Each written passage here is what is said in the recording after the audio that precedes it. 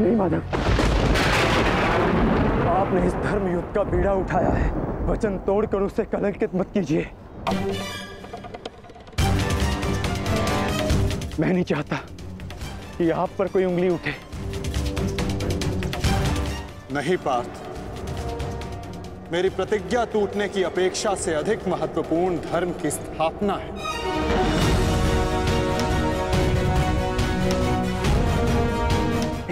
नहीं माधव, नहीं। आपने ही भारभृग को धीर गति दी है माधव, ताकि इस युद्ध से जुड़ी प्रतिज्ञाएं, वचन और प्रारब्ध भंग ना हो सके। तो क्या आप स्वयं इसे तोड़ देंगे?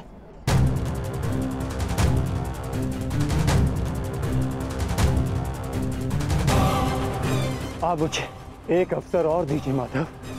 मैं अपने संपूर्ण मनोबल और कौशल से यह युद्ध करूंगा। जब तक मेरे शरीर में रक्त की एक बूंद भी बहेगी, मैं अपने मन में भावनाओं को नहीं बहने दूंगा माधव।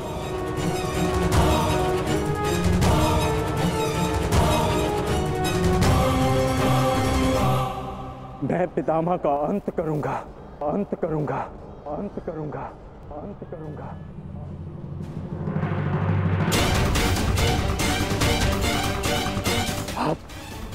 आप ये चक्र छोड़ दीजिए माधव, आप ये चक्र छोड़ दीजिए।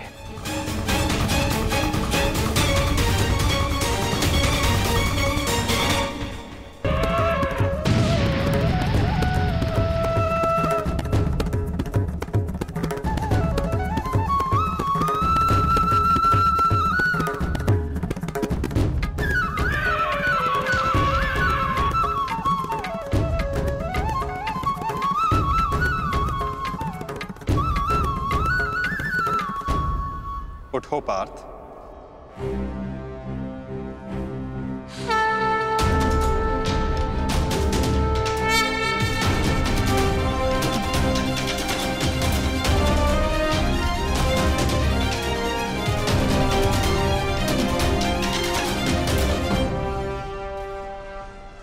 आपके हाथों मोक्ष पाना कदाचित मेरे भाग्य में नहीं वासुदेव।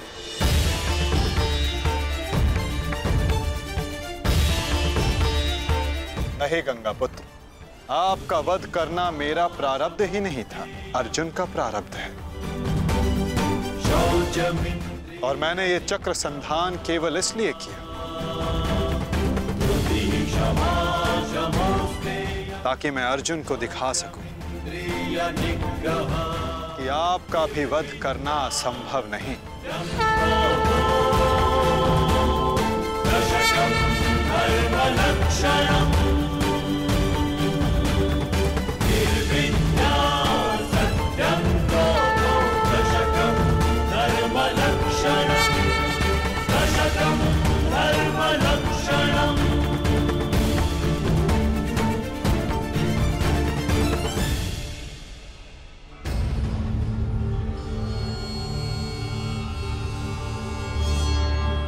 आओ पार्थ।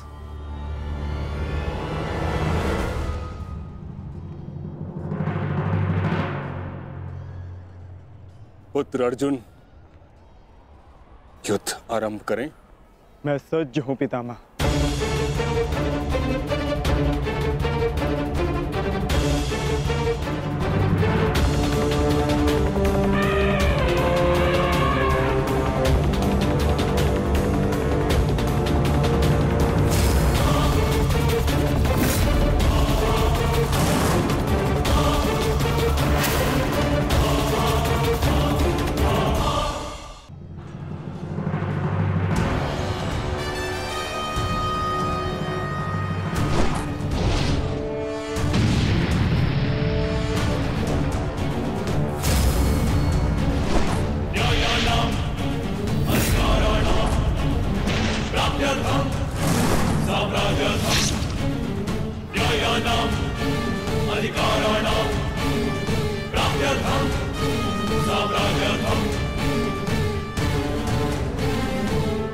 अद्भुत पुत्र अर्जुन, कर्म पथ पर तुम्हें भावनाओं से ऊपर उठते हुए देख प्रसन्नता हुई।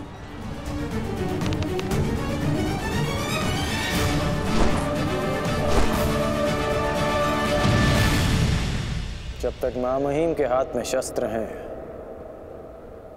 उनके प्रहार की धारा कोई नहीं रोक सकता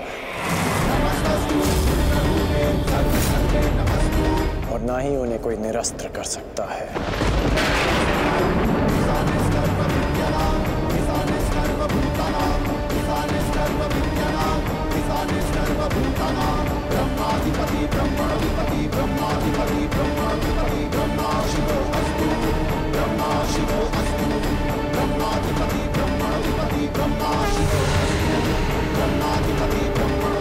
तुम्हारी तपस्या सफल हो गई बालिका।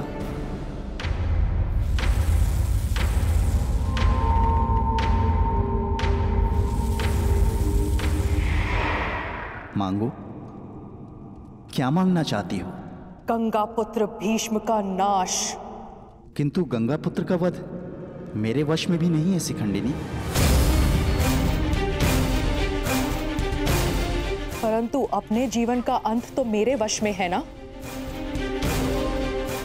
2 बार मैं अपना जीवन त्याग कर चुकी हूं। इस बार भी मैं फिर जन्म लूंगी और अगले जन्म में भीष्म का अंत करने आऊंगी।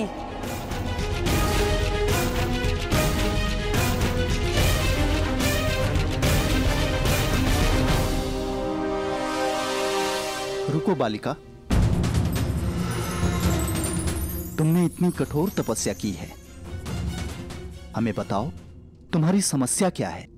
समस्या ये है यक्षराज कि मैं भीष्म का वध अपने हाथों से करना चाहती हूँ, किंतु मैं स्त्री हूं, इसलिए उस पाखंडी ने मुझे युद्ध में सम्मिलित होने से रोक दिया। मैं तुम्हें भीष्म की मृत्यु का वरदान तो नहीं दे सकता, किंतु कुछ ऐसा अवश्य कर सकता हूं जिससे तुम अपना लक्ष्य पा सको, किंतु एक बंधन रहेगा।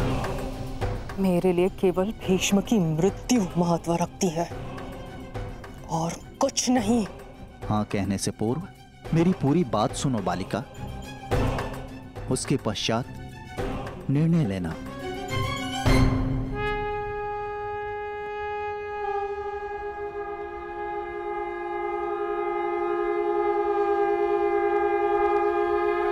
पुत्र अर्जुन, आज तुम कुशलता पूर्वक लड़े, परंतु मेरे वध के लिए यह पर्याप्त नहीं। हाँ, क्योंकि महामहिम के पास तुम सबके नाश के लिए पर्याप्त अस्त्र है धनुर्धारी अर्जुन।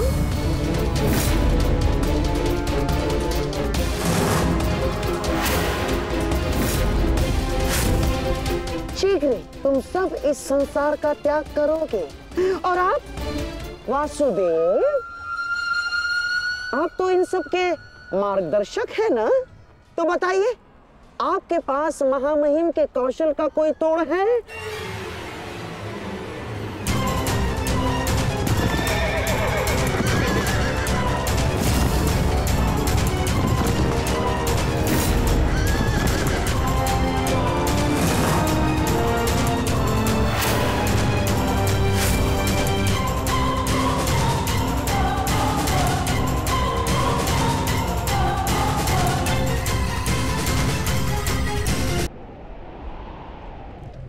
आज मैंने पूरे सामर्थ्य से पितामह का सामना किया, परंतु उन्हें परास्त करने में असफल रहा।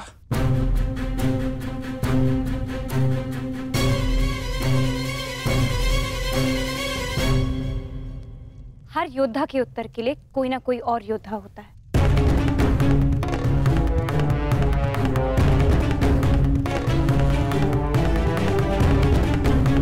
केशव, आप ही तो कहते हैं ना कि कभी कभी भाग्य स्वयं चलकर हमारे पास आता है, किंतु शिखंडिनी अब तक क्यों नहीं आई? उसे इतना समय क्यों लग रहा है केशव?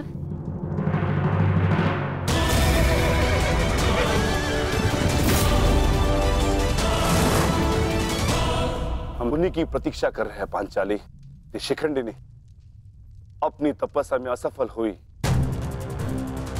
तो पितामह हमारी सेना का अंत कर देंगे। हमारे पास केवल केवल और केवल 2 अक्षणीय सेना शेष है। अरे तो क्या करें? कुछ तो करना ही होगा, अन्यथा हम इस युद्ध में पराजित हो जाएंगे।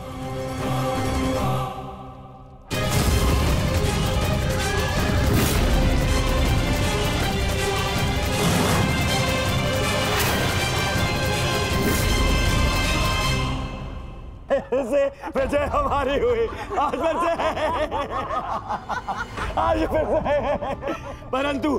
परंतु सबसे अधिक प्रसन्नता मुझे तब होती है जब वो धनुर्धारी अर्जुन के मुख पर मैं भय देखता हूँ। केवल 2 अक्षुणी सेना शेष बची है उन पांडवों के पास, और शीघ्र ही वो 2 अक्षुणी सेना भी समाप्त हो जाएगी। अंत हो जाएगा उनकी सेना का और उन पांडवों का। अवश्य अंत होगा, नाश होगा, क्यों नहीं होगा? परंतु खेद है अंगराज, आप इस युद्ध में लड़ नहीं पाएंगे, क्योंकि महामहिम जिस वेग से पांडवों की सेना को नष्ट कर रहे हैं, उससे तो ऐसा प्रतीत होता है कि ये युद्ध कल ही समाप्त हो जाएगा। गांधार नरेश, युद्ध अभी तक समाप्त नहीं हुआ है।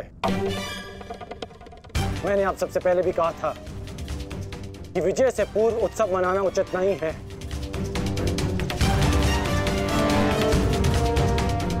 हो सकता है कि कल पांडवों को महामहिम के प्रहार की ढाल मिल जाए।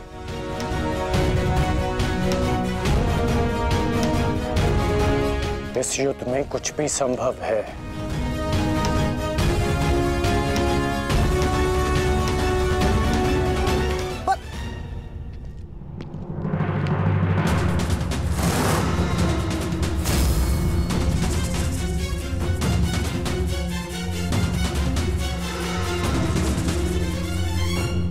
कौन हो तुम?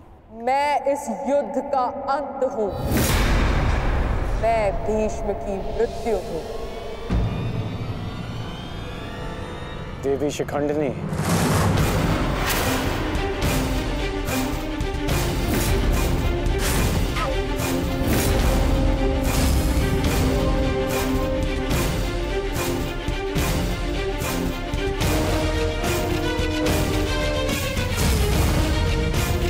देवी नहीं देव, स्त्री नहीं पुरुष, शिखंडिनी नहीं।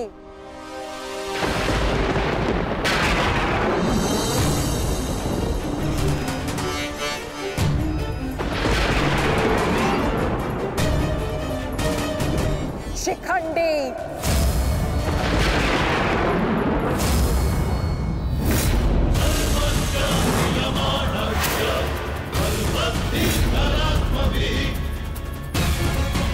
ये मैं हूं, और कल मेरे उस वचन की पूर्ति होगी जो मैंने पांचाल युद्ध में तुम्हें दिया था अंगराज।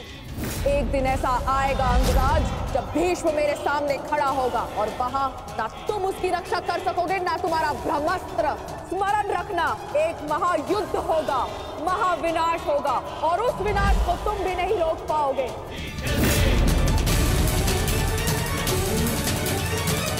बधाई हो, कल से तुम इस युद्ध में प्रवेश करोगे। कल कुरुक्षेत्र एक योद्धा को विदा करेगा और दूसरे योद्धा का स्वागत।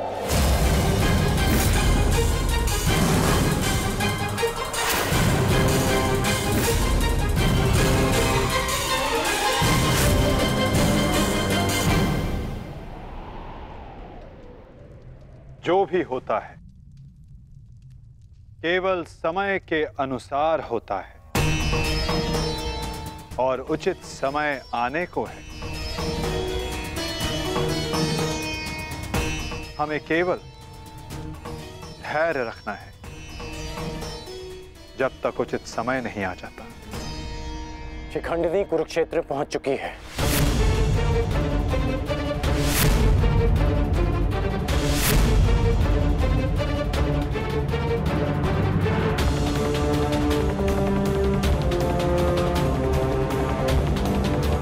शिखंडिनी के आगमन में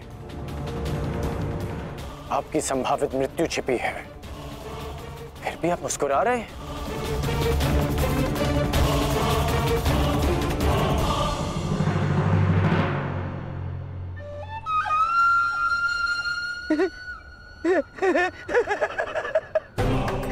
अब समझ आया महामहिम कि आप मुस्कुरा क्यों रहे हैं।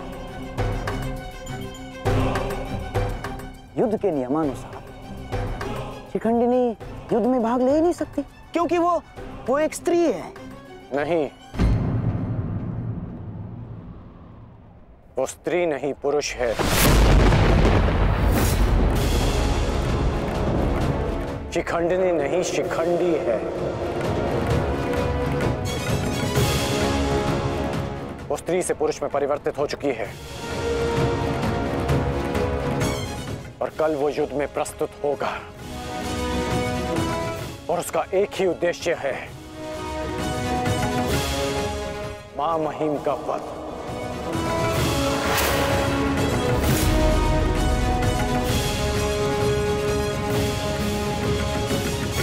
हाँ, एक स्त्री अपने प्रतिशोध की आग के चलते पुरुष बन गई। अद्भुत। भला यह कैसे संभव हुआ? कैसे हुआ वो छोड़िए मामाश्री, अब ये बताइए कि करना क्या है।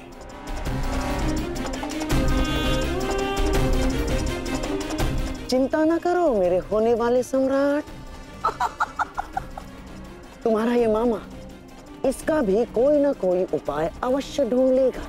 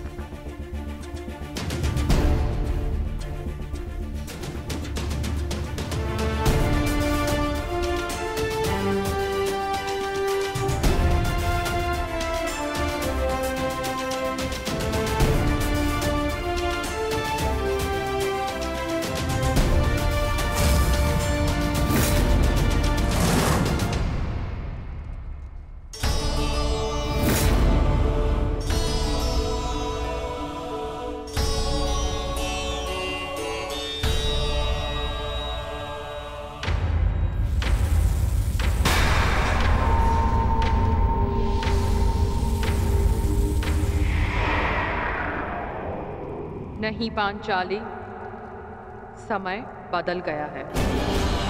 तुम्हारे समक्ष शिखंडिनी नहीं, शिखंडी है। एक पुरुष, एक पुरुष, एक पुरुष।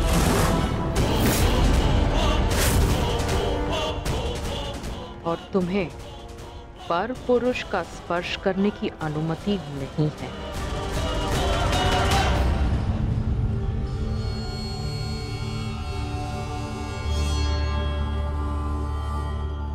जब हमें सबसे अधिक आपकी आवश्यकता है, आप हमारे समक्ष प्रस्तुत हैं।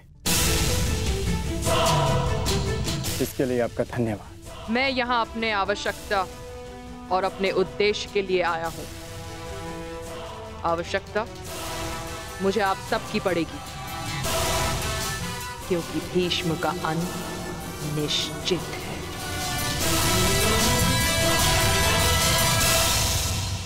ये मेरा वचन है, हम आपका पूर्ण रूप से समर्थन करेंगे, फिर चाहे कुछ भी हो जाए। युद्ध भूमि में हम आपके साथ खड़े रहेंगे और अंत तक युद्ध करेंगे। हमें यह कार्य कल ही संपन्न करना होगा, क्योंकि मेरे पास मेरे जीवन का लक्ष्य पूर्ण करने के लिए केवल एक ही दिन है।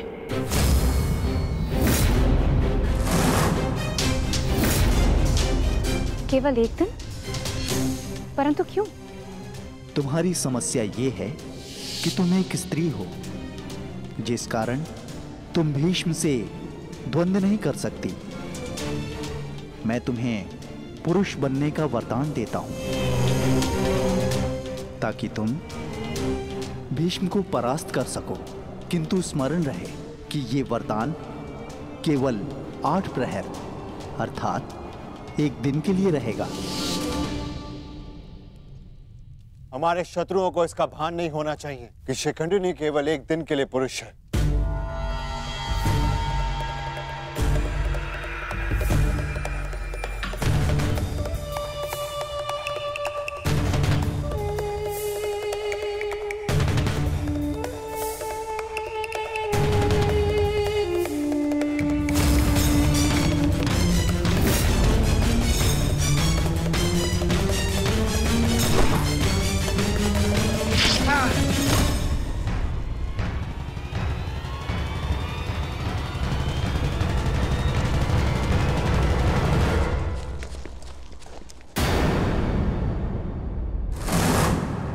अपने वेश से ये गंधा का निवासी प्रतीत होता है।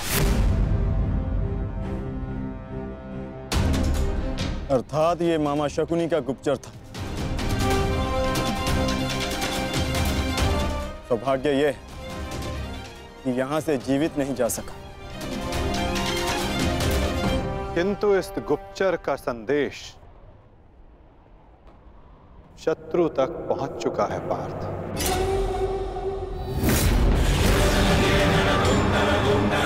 केवल 8 प्रहर, केवल 8। उसके पश्चात ना उस शिखंडी का कोई अस्तित्व रहेगा और ना ही भीष्म पितामह कोई संकट होगा।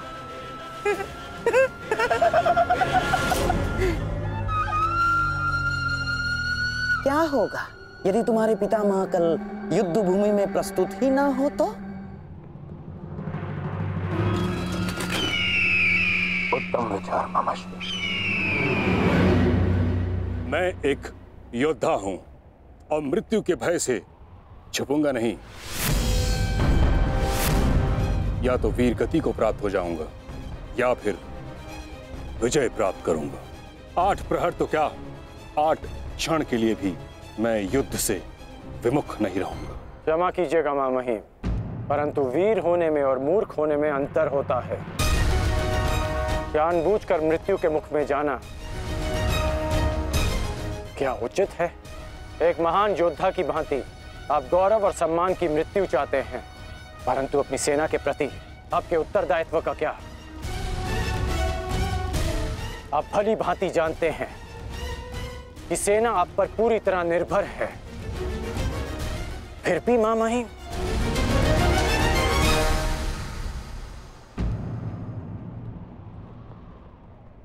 अंगराज ठीक कह रहे हैं पितामह।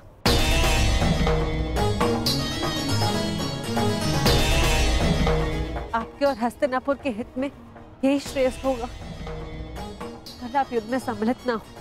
कुंती पुत्री, ये जानते हुए भी कि तुम हस्तिनापुर में अपने शत्रुओं से घिरी हुई हो, तुमने यहां रहने का निर्णय क्यों लिया?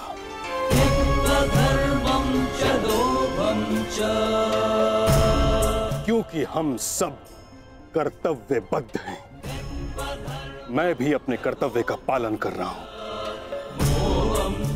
यह मेरा अंतिम निर्णय है और मुझे ऐसा करने से कोई नहीं रोक सकता।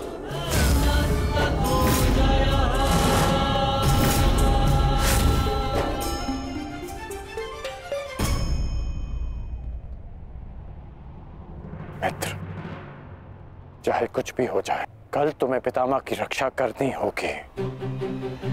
हम अवश्य पितामह की रक्षा करेंगे, किंतु इससे पूर्व ये अधिक महत्वपूर्ण है अंगराज, हमारी समस्या का अंत होना। हमें समय मिलते ही शिखंडी का वध करना होगा।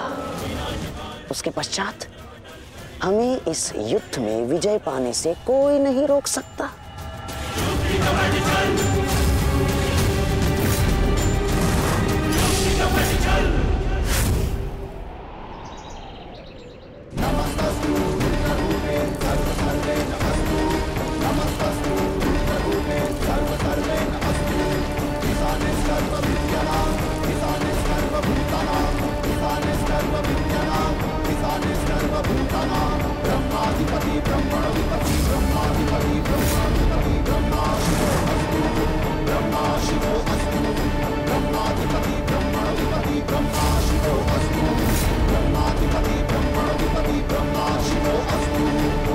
मामहीन, गंगा पुत्र, आप ऐसा क्यों कर रहे हैं? मैं केवल अपने धर्म का पालन कर रहा हूं। मैंने सदैव यही किया है। युद्ध भूमि में पूर्ण सहयोग दूंगा और यदि इस युद्ध भूमि में मेरा अंत हो गया तो मुझे इस बात का गर्व होगा कि एक योद्धा का अंत रणभूमि में होगा। मैं आपसे विनती करता हूं, रुक जाइए। ऐसा मत कीजिए मामहीन, आप इसका परिणाम जानते हैं। रुक जाइए मामहीन। आपको वचन देने के कारण मैं 9 दिनों तक रणभूमि से दूर रहा, क्योंकि मुझे लगता था कि आप जो भी निर्णय लेंगे वो हस्तिनापुर और हमारी सेना के हित में होगा। विश्वास था कि आपके होते हुए हम ये युद्ध नहीं हार सकते। फिर क्यों आप ऐसा कर रहे हैं? एक कौरव भरे अंत के लिए आप पूरी कौरव सेना का संहार नहीं कर सकते। क्या इसलिए आपने सूत पुत्र को युद्ध भूमि से दूर रखा? यदि तुम्हें ऐसा लगता है तो ठीक है। सूत पुत्र कर्ण,